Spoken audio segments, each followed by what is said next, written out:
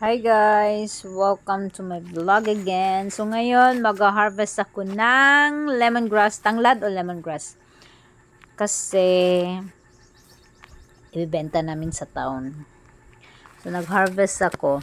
So ang pag-harvest neto, hindi ko hinarvest lahat. Bale, 3/4 ang kinuha ko dito. Yung 1/4 ay iniwan ko.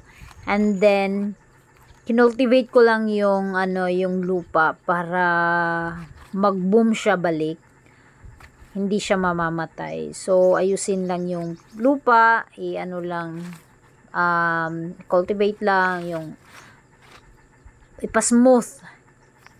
And then ayun, wag siyang ubusan para tuloy-tuloy pa rin yung tuloy-tuloy pa rin yung pagdami niya.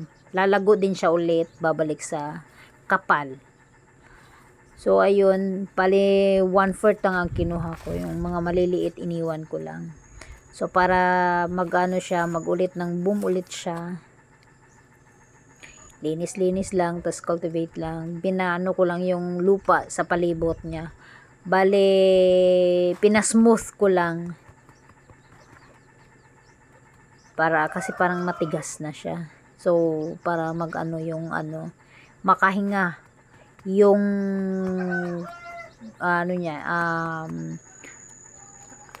roots nung tanglad. So hindi ko lahat hinarvest, yung konti lang, mga ilang lang yan ang kuhanan ko kasi pag madami kasi hindi ko alam kung mabenta ba. So ilan lang ang kuhanan ko nito para if ever na maganda yung benta, so saka ako magdami. Kasi masasayang. Hindi mo siya masayang kasi pwede ko naman siyang itanim ulit. So ang paglinis ko nito, hindi siya buong talagang remove lahat yung roots niya, kasi pwede pa siyang pagka hindi man mabenta, pwede ko itanim ulit. Kasi may pwede pang maggamot. Ayun. So tamang tamang harvest lang tayo muna ngayon.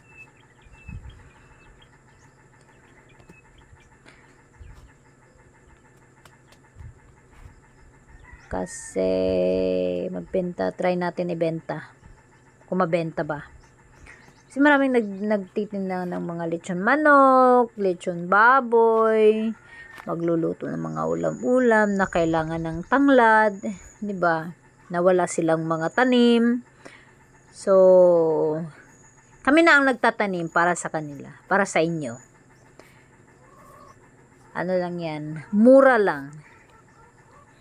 So, pag masipag ka lang talaga at matyaga, talagang may aanihin at aanihin ka. Ayun, mag-ani na naman tayo ng tanglad. So, may part na may papaya din. May part ng kamote. Inaayos ko na yung bed niyan para maayos yung mga garden ko. Iga-garden ko na siya. So, kaysa babalik ako ng abroad, mas mainam nang magstay na lang dito mag-gardening. Kasi hindi ko alam pagod. Sobrang pagod. Mas nakakapagod ang mga ibang bansa kaysa sa mag-gardening sa Pilipinas. Hindi lang talaga hindi lang. Kasi sa how many years akong nag-abroad? For 12 years na nag-abroad sa Dubai. Almost 12 years.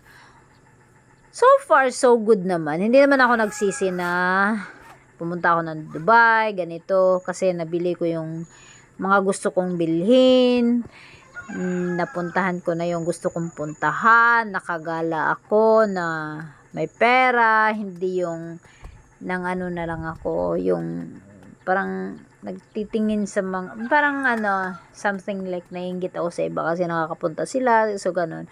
So lahat napuntahan ko yung mga magandang spots sa Dubai, dito sa Pilipinas. Hindi naman all Philippines, pero at least nakakagala kami, nakagala ng pamilya ko, nagala ko sila, magulang ko. So, ayun. So, ngayon, stay muna sa Pilipinas. If ever na okay naman ang buhay sa Pilipinas, yun, mag-gardening na lang ako. And magba-vlog. So, ito nga, bubuhayin ko yung vlog. Kasi nung nandun ako sa Dubai talaga, so sobrang like hectic ng schedule, sobrang busy, wala ka ng ano, pahinga mo na lang yung gabi, tapos kinabukasan, same cycle. So, pag nandito sa Pilipinas, ang sarap pag lalo na nasa malapit ka lang sa pamilya mo, tapos may lupa kayo na pwedeng paggardenan, kahit maliit, malaki. Maliit, walang problema. As long as masipag at matyaga lang talaga sa pagtatanim. Hindi ka talagang may maani.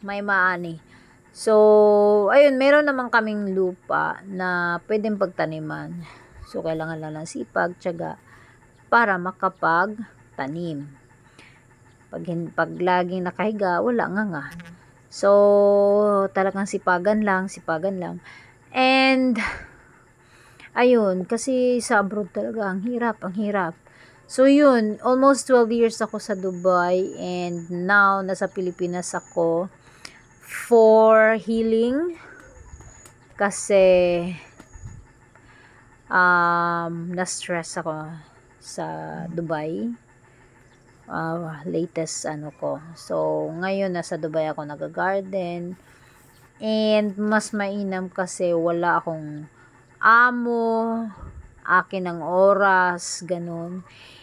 At ayun, so nabili ko na rin naman yung mga gusto kong bilhin, yung mga kailangan ko. Bago ako umuwi ng Pilipinas, inano ko talaga na yung mga gamit ko, ganun, hindi ako magbibili-bili. Kasi in-stock ko na talaga para may stock ako, ayun. So, pag gusto ko namang bumalik, nandun naman yung ate ko. Mahirap man, pero makakabalik. Talaga. Makakabalik siguro. Anyways.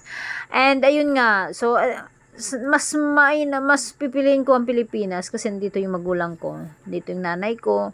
And, matanda na rin yung nanay ko. So, kailangan kong tulungan din siya. Kasi, mahina na rin nanay ko. Hindi siya mahina, pero mabilis lang kasi almost 70 years old na yung nanay ko. So, 69 years old ang nanay ko ngayon. And this year coming, magsi-70 na siya.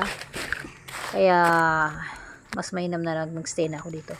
So, ayun, mag-gardening na lang ako dito sa Pilipinas. Hopefully, itong pag-vlog ko magiging successful. Hindi man successful, at least merong so kahit papano may ginagawa, ganun. And sa pag-gardening ko, yun, tinitinda yung mga namin, yung mga tinatanim ko. Pag may okay naman ang 'di ba? Sa parang more than sa ginagamit namin sa pagluluto, ganyan, pwede pa naming maibenta. So, ang lang ngayon is yung bibilhin na lang bigas. So, kung maraming gulay, maraming pwede pang pagbenta, ibenta, so makakabenta, 'di ba? Hindi lugi, hindi at least ay masaya kung lang talaga yung yung gardening. Sipag. Pagka masipag lang talaga, wala namang problema, walang imposible sa masipag ka lang. Kasi kahit saan ka, kahit nagtatrabaho ka, nangangamuhan ka, kailangan mo talaga magsipag din. Hindi ka pwedeng tatayo, hihiga dyan, popo. Yun, kasi may amo ka. So, mas mainam talaga yung ikaw ang amo. Kay gardening, wala kang amo. Ayun, sipag lang. Kailangan.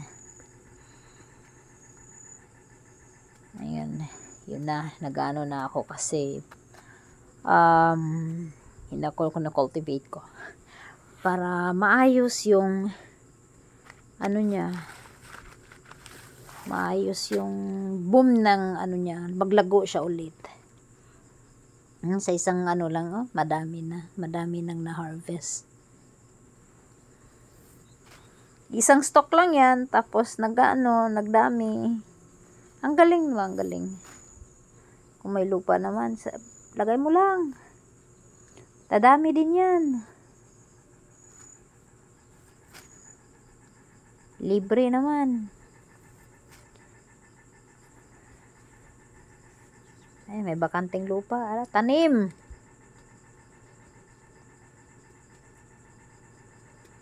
Huwag magsawang magtanim. Tanim lang ng tanim.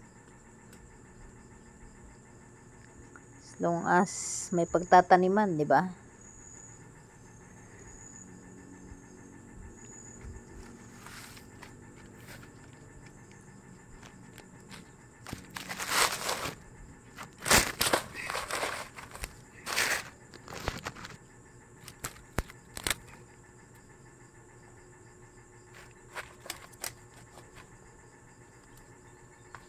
So, nahirapan ako dito kasi dahil wala akong tripod or di kaya ring.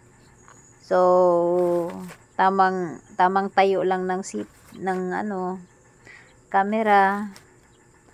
Kung asan pwede. Mag-adjust ang camera. Diba?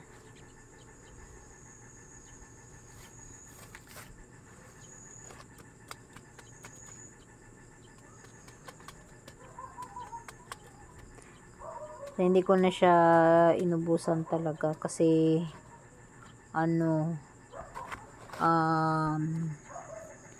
para madami. Mag-boom siya ulit. Pag madami,